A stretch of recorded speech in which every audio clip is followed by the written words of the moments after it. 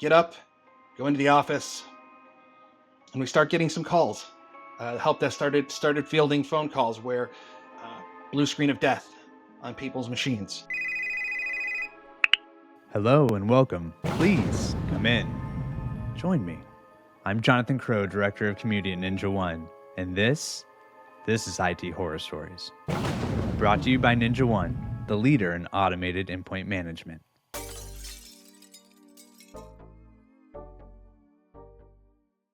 Hey everyone, welcome to IT Horror Stories. I'm your host, Jonathan Crow, Director of Community at Ninja One, and I have with me Jay Abbott. So Jay, you are Ninja One's very own IT Director.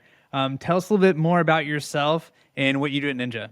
Yeah, I'm the Director of IT at Ninja. I've been here for about 3 years now. I've been in IT for a very long time, since before the first .com bust back in the early 2000s. So I've worked in everything from pharmaceuticals, higher education, satellite communication, oil and gas, and now software. So I've seen my fair share of horror stories. There are things that you cannot unsee. Well, thank you so much for being brave and coming in to share your story. Before we dive into it, let's set the scene a little bit. The year is 2010, right? So, 14 years ago, April of 2010, in fact. And I was freshly a, supervisor / manager, depending on who you talk to at the company at the time, of an oil and gas company. So we're a mid-size upstream exploration production company, had about 2,500 employees all over the world.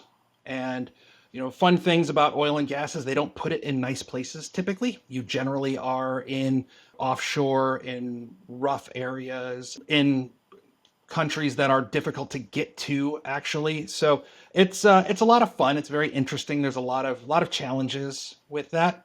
Before you dive into it, you're explaining, the gas and oil industry and how that's unique in a lot of ways. Were there any things when you were applying to this job in IT that they kind of drilled in on, sorry for the pun, that made this different than other IT positions? Were there things that they were calling out ahead of time that was going to be different than other jobs you may have had? In oil and gas, like in pharmaceuticals or in defense, the scale of the amount of money that you're talking about is truly something that is hard to wrap your head around. Like how much money you lose on a daily basis for being down, how much an outage costs, how much a deep water drilling program costs. A friend of mine, when he used to say, these numbers don't make sense. Give it to me in something I can understand. How many tacos will that buy me? And I had to explain to him, I was like, no, Fred, you're missing the idea. It's not how many tacos will this buy you. It's how many Taco Bells will this buy you, right? And the answer is all of them, like literally all of them. We're talking, the numbers are just, they're completely crazy when you compare it to most other industries. An ultra deep water drill program might cost $180 million and you have no return on that. It's spent money and you found nothing. So it's the numbers just boggle your mind when you talk about $1 million a day for something that you're working on. A satellite connection costing $120,000 a month for 2 megabytes of bandwidth. It was just that idea, and getting your head wrapped around that is really, really different than a lot of other places. Is that something that they made clear when you were going in to interview for this job? And what was the position that you were going in for anyway? So I originally started working as the Senior Linux Systems Administrator. It sounded interesting, and I was there for a very long time. Let's get into the day of the incident. Sure. How long had you been there? I'd been there just under 4 years. So you've been there for a while. You've had your chance to kind of get your feet underneath you. You know how things work. You're not brand new to the job. You're feeling pretty comfortable? Yeah. Yeah, absolutely. So I had moved from senior Linux sysadmin to the manager of the infrastructure team, and we were responsible for. At the time, we didn't have anybody who was responsible for endpoints specifically, so my team just kind of took that on because we owned the backend infrastructure that ran all of that. So all the licensing servers, all of the centralized management servers for the client tools, right? This is before Ninja. This is before the cloud was a thing. We didn't call it the cloud then. It was just the internet, and nobody hosted servers there, right? It was you had a co-location facility or you had your own data center. There wasn't really a third direction for that. And how big was the company? Sorry, this is my last background question, but Sure, no problem. how big was the company? How big was your team? So my team was 4 people, 5 people total. The company is 2,500 people. My team did not include the help desk or our application support team. In total, the IT department was 18 or 19 people. And we had 2,500 employees, about $14 billion in revenue. Do you think IT was treated as a valuable resource there? At the time, no. We were just starting to do this push into digital oil field and digital transformation and making being more work centric for IT. IT happened to 2 people. We didn't do things for people. So we'd been doing all these big efforts to modernize things and make it easier for the employees to do their business and make it easier for them to travel, to run new software, to pilot new technologies. And so you go into this this fateful day, undergoing this transition of digital transformation, IT getting more involved with the business operations, kind of selling the value. We were working very hard on proving the business value that IT can bring and the capabilities that we can bring to bear. And then the morning, we get up, go into the office, and we start getting some calls. Help desk started fielding phone calls where blue screen of death on people's machines. First 1 or 2, then a few more, then a few more, because a corrupted or a bad virus definition file was deployed by our centralized management server to every device in our fleet.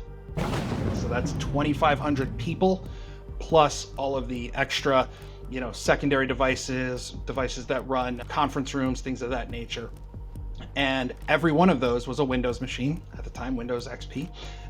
And they all started blue screening, one after the other, after the other, after the other. And we had no idea what was going on. Nobody had any idea what was going on because this started at around 8 a.m. Central Time. So the definition file was released around just before 6, staged all of our servers, pushed out globally to everybody. So we started with the declaring an emergency. Hey, there's a big problem. We don't know what's causing it. Nobody knows what's causing it. We finally get a couple of devices to look at, and we see that some critical Windows system files have been flagged as viruses and quarantined, which make the computer no worky. So it's like, okay, big problem, but now we see that the problem is coming from the antivirus software. Let's solve that. Let's stop that from pushing out anything new, and let's figure out how do we manually touch all these systems, downgrade them. Can we do it remotely? No, because they're blue screen. Okay, so we had to build a process around how can we touch a device, get logged in, get the old DAT file reinstated, get the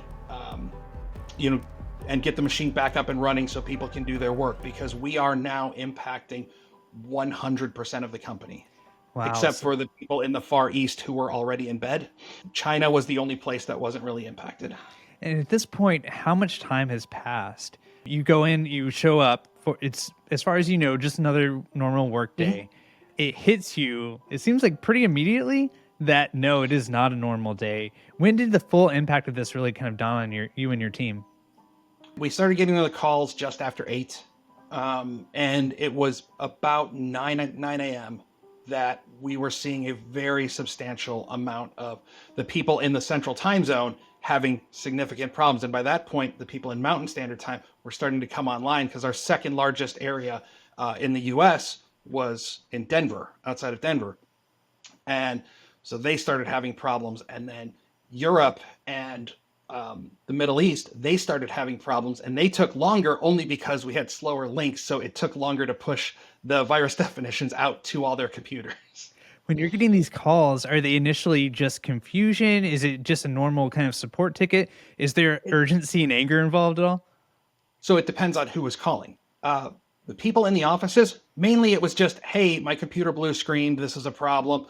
Oh, okay, cool. We'll submit the ticket. We get it. We start working through it, start triaging it. The people who were involved in operations on a drill ship or on a drilling platform or on a production platform, or who are running active drill campaigns, they had much more urgent issues, right? Because you're talking about like safety equipment, you're talking about, monitoring equipment while you're actively drilling. You need to be monitoring all constantly what's happening. And some of those people who are doing that active monitoring are offshore. They're connected over satellite links. They're connected via, very, very high latency, low speed connections. So getting stuff fixed even getting information from them was very challenging. And so at this point, everything is dead in the water. Yeah, largely. The And servers were still running, which was great because the servers, we did not use the same antivirus on our servers that we use on our endpoints. at this scale, I imagine okay, yeah, you can troubleshoot a few tickets that come in. When it's everyone in the company, it must be a completely different situation. So not only was it a completely different situation, but it highlighted really that nobody plans for this scale of a problem. When you do like disaster recovery or business continuity planning, you say, okay, we've lost a facility, we've lost a data center. It's not all of our data is available, all of our servers are available, but every single thing we use to access that is dead in the water. Nobody ever plans on that. So it highlighted a problem in our process and our thought process even of building DR and BC plans. That it's like, oh, wow, this is really a problem. So once we were able to identify the system, we were able to the issue, we were able to work out a checklist for doing it. Then we had to figure out, how do we deploy this? How do we deploy it at scale? And it turns out there's not a good way to do it at scale when your machines are blue screen of death, because you can't get them back up. The only way to get them up is to boot them in safe mode. Safe mode doesn't have networking connections, so you can't even have the people boot it up into safe mode and then remotely fix the problem. You have to go and touch each machine, which is what we ended up doing. We called all hands on deck. Everybody that was in IT at all, didn't matter what role they had, some sysadmins, some database admins, didn't matter. Here is a printout with a step-by-step list. Here is a flash drive with what you need.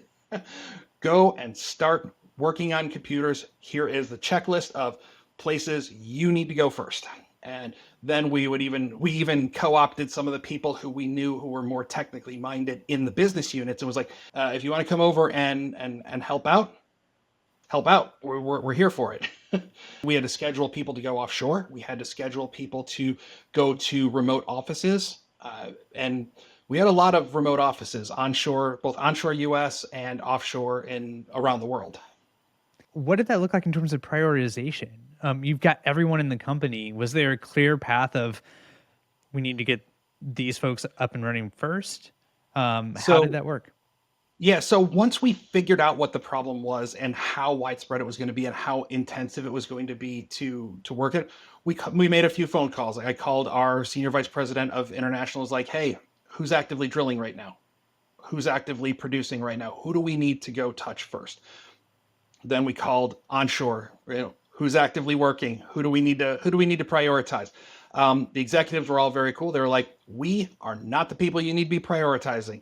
These are the sites that are live right now. Here are the sites that we need up and running. Here's the sites that absolutely need the first touch. And then we triaged those, got people shipping out to go to, to get on helicopters or to get on boats or to get in cars.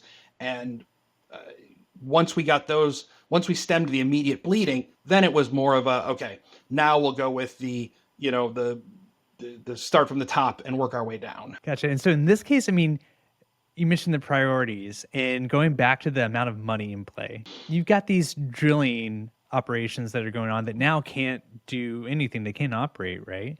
Our engineers always had the plan of falling back to paper. They were not convinced of these newfangled computers in 2010. They still were prepared to always go back to pen and paper if they needed to, manual well logs.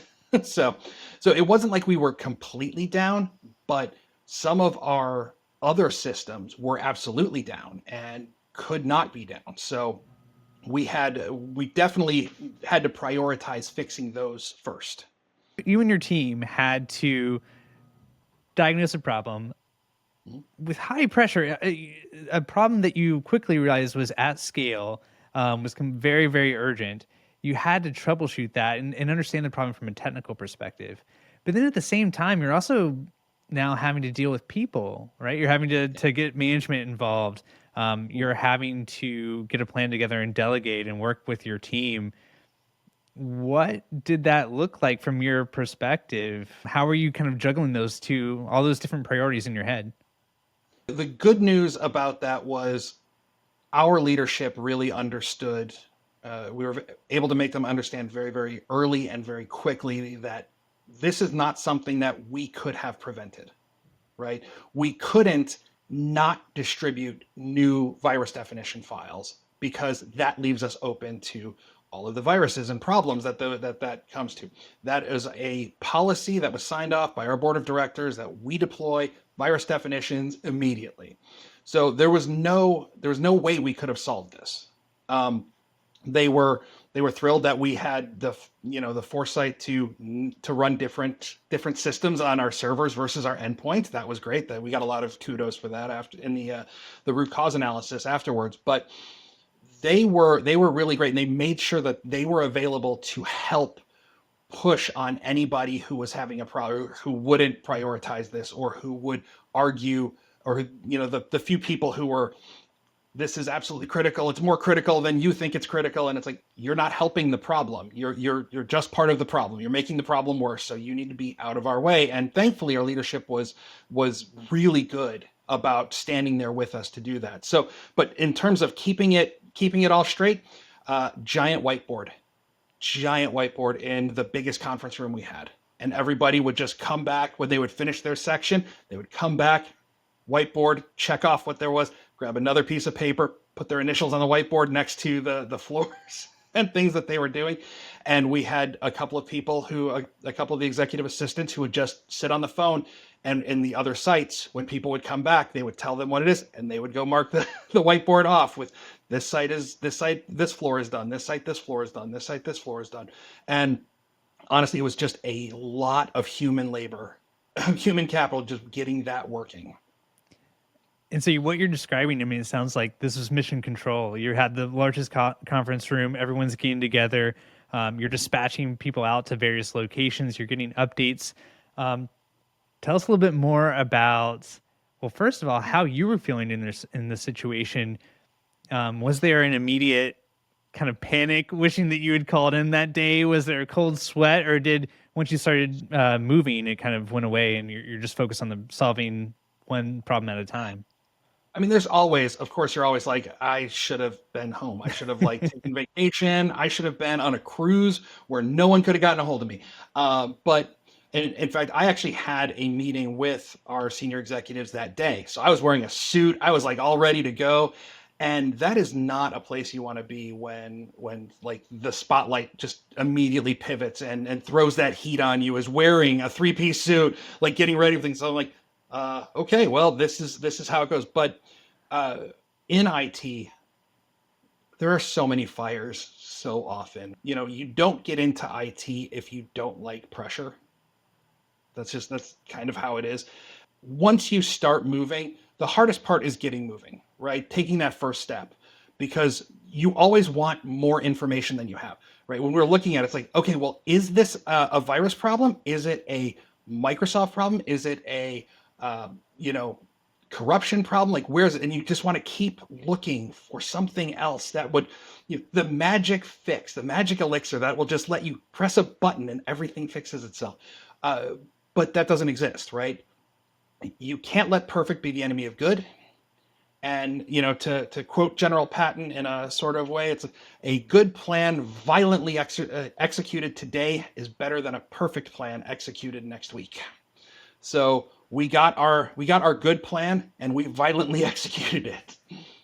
And so how long did this plan take to roll out? I mean, you've diagnosed the problem, you know it has to be done. People are acting on it now. How long is everyone operating? from the time we actually started sending people out with flash drives and pieces of paper to the time the last machine was done was about 13 hours. But the majority of the company was fixed within 6 hours. And Right? so There was just some, because there are places it takes a real long time to get out to, Hayes, Kansas. There's nothing close to that, it turns out. was there anything that was under that you guys were doing to keep morale up, to keep people focused, but also encourage them during this all hands on deck kind of crisis? So we started making it kind of a game. We would send out some people to go buy like a bunch of sodas, a bunch of snacks, treats, whatnot. And whenever people would get back to the conference room, it's like, okay, you did this whole floor, so you get something from pile A and B, or you only did half of your list, you only get something from pile A. So we tried to make it be fun. And when we were all done, we brought in a ton of pizza and beer and stuff to say thank you to everybody for the absolute Herculean effort of running around and touching every device that we had. We just tried to make it as fun as it could be. Everyone understood it was a serious problem, right? You have to be able to laugh at it. You've got to be able to make that joke. It may seem to some other people like we're not taking it seriously, but if we didn't, we would be so wound up and so stressed out, and we would probably end up snapping, and it just wouldn't be pretty. Absolutely. I mean, I imagine at some point adrenaline does kick in, and Right. even though it's a terrible issue that you certainly wouldn't have wished on anyone or yourself, there's got to be something to it where you are putting out those fires and you're all coming together and you're executing like that. That's got to be a little bit, it gets the blood pumping, I guess. It does. And it is great when everybody's like going and you're moving and people are cycling in and out and getting new lists and checking things up. It's like a well-oiled machine. It's like clockwork. It's really nice to see. And the guys see it too, right? They'll all see each other coming in and, oh, I just did 50 machines. Oh yeah, I did 60. And they start getting into it. And, we didn't, but you'd also know you don't have time to like complain about it. I was not thrilled crawling under desks, in a suit. That was not super happy for me. But it is what it is. And we all came together, we all did it, and we all felt accomplished. And, the executives recognized it. We got a really nice shout out at the next board meeting for how well we handled that problem. By the way, we were not the only company that got hit with this. Right. Almost everybody who used this particular antivirus software that wasn't staging it and doing delayed rollouts, almost all of them had a very similar problem. And ours in our peer group was the best response to that situation. It must be a great thing to show to leadership. Hey, we're not alone here. Everyone's dealing with this. The way that we've dealt with it, we did the best under our circumstances, really. Yeah. When you reached how were you able to confirm that you were resolving things, that taking the USB drive, rebooting the machines, it was fixing everything? Did you have any kind of feeling of like, okay, we have to be cautious before we declare mission accomplished here? Honestly, by the time we had the first, say, 100 machines fixed, we were not really concerned about it anymore. It was obvious that nothing was going wrong. It wasn't respinning out. We had already paused the file distribution. So after the first 50, 100, we were like, okay, this is not a problem. It's a problem in that it's a large scale and but it's not a complex fix. It's simply a time-consuming fix because you've got to touch absolutely everything. Have we arrived at a happy ending here? Was it all happily ever after? Were there any things that were lingering doubts, concerns, risks? We were told in no uncertain terms we don't get to use this software anymore. We had to rip it out of our entire environment. The CIO said this is just not a thing we will ever use again. So, happy ending, successful ending. I'll say that, successful ending. We measured our losses in actually only the hundreds of thousands of dollars, not like some of our peers in the millions and tens of millions of dollars. So I consider that an absolute win for a completely catastrophic, every device is broken, to lose in the hundreds of thousands, not even in the millions. I consider that an absolute win. Did you recall any kinds of adjustments you all made to your incident response plans or your preparation or anything like that because of this incident? Yeah, absolutely. We staged a lot more. We brought in-house a lot more warehouse computers, so that way we would have devices in the event of a problem that we could roll out to these critical stations without needing to wait for a problem. If there was something, once we identified that this was pushed out automatically, here's a new device that has your software on it that you can run. So our production operations would no longer be impacted by that. So that was one thing. Second thing was we made the um, we made the choice to stage our virus definition rollout to we had a group of users who would get it immediately when it was released by the vendor. Then it would wait for at least 3 hours before we would roll it out to another tranche of users and then another tranche. Previously, we had only rolled it out to we just rolled it out to everybody. It just pushed. Um, and that was actually a problem with the particular antivirus software we were using at the time was they didn't allow that granular of a rollout. It was like you roll it out to everybody all at once or you roll it out to nobody until you release it. So switching antivirus allowed us to gain that additional flexibility. We changed our incident response plan completely to allow for the fact that our data center is fine, our data is fine. We simply have no way to access that data.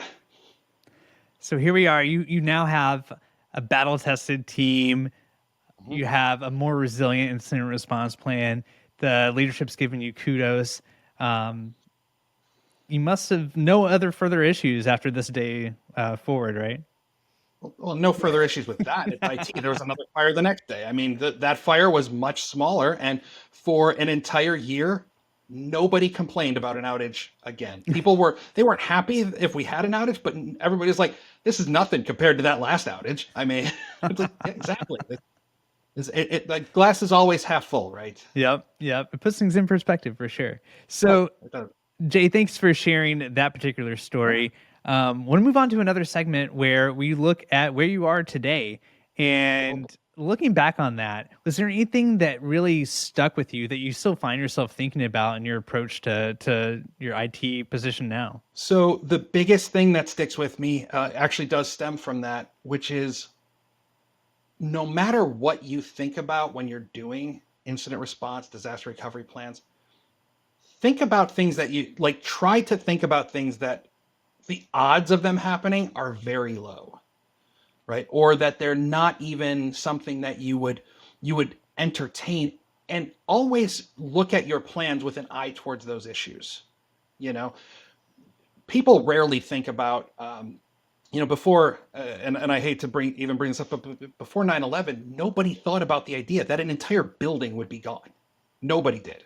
In disaster recovery, nobody. And I worked in data centers and telecommunications at the time, and none of us we were like, oh no, that data center will always be there 100. We may lose something inside of it, but the data center will be there. And when the data center wasn't there anymore, only people who considered the idea that maybe that data center might disappear one day did okay. So there's always something to learn from it, and there's always something about it that you didn't think about.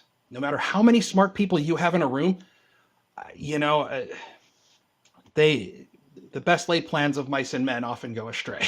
Always look at it from whatever angle, from whatever weird angle you can come at it from. Not it's not just about testing, recovering from one backup, recovering from Mhm. all of them at the same time. Exactly. If and that those are some of the things where we're seeing right now, like this resurgence of data centers, companies owning data centers instead of using cloud for things like backup. Because if you ever have to restore a lot of data at once, your your bandwidth limitation is your internet access. It's versus your on-premise LAN, which is typically going to be an order of magnitude faster than whatever your internet access is. It's interesting how everything old is new again, but Absolutely. There's cycles to everything for sure.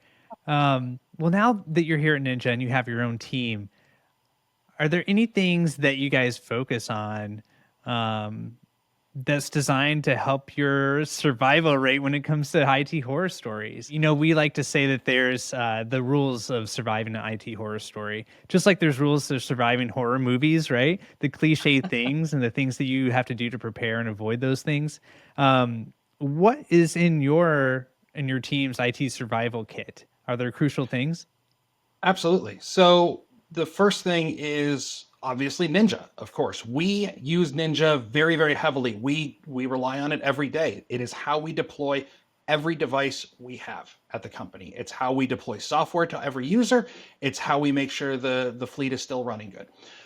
We have our Ninja set up along with our MDM solution to provide us with the ability to immediately just pull a laptop out of a box, give it to somebody, and they can log in, and all of their data, all of their applications, everything will be available, and we don't have to do anything, which means in the event of a massive problem like this other DAT file that crushes people's laptops, we don't have to try and fix Windows. We can just reinstall Windows and you relog in and you're fine. Everything is still there. You've lost nothing, right?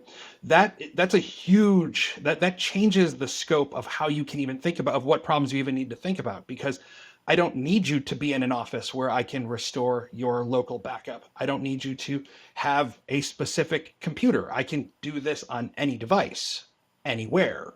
Oh, you're in Bora Bora? Well, it's going to take you a while to download all of the stuff from Bora Bora because their internet access isn't so good, but you can still do it. That's a huge thing for us.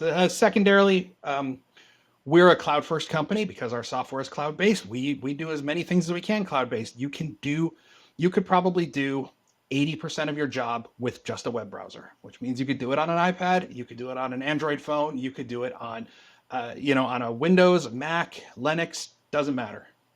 So but planning for those types of scenarios where we're not reliant on a Ninja office, a local Ninja office, we're not reliant on, remote connectivity into a specific location. And we have tools designed to allow us to manage things at scale, even if we're going to deploy, 10,000 new devices. That's fine. We've designed around that problem. Any parting words for IT leaders and maybe even IT leaders who are newer to their jobs in terms of getting ready, because undoubtedly they will themselves face their own IT horror story at some point? Any advice for them? It is a matter of when, not if, right? We all will have it. Some of them will be our fault too, right? In fact, a lot of them are going to be our fault, if I'm really honest. But sometimes it's completely out of your hands. Communicate with your users. Your users are a lot nicer than you want to give them credit for, as long as they understand what the problem is and what you have to do to go about fixing it. That's a big one. Don't let inaction paralyze you. At some point you have to move forward. You've got to start working on the problem in order to get it resolved. So look at your incident response plans, make sure you understand them, make sure you have copies of them that aren't on just a device that may get stolen, lost, blown up, whatever.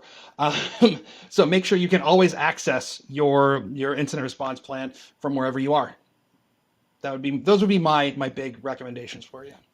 Well, Jay, thank you so much. Thank you for sharing and reliving your IT horror story with us here. And thank you so much for everything that you and your team do for us at NinjaOne. Absolutely. Thank you guys. Appreciate it. Thanks for listening to this week's episode of IT Horror Stories.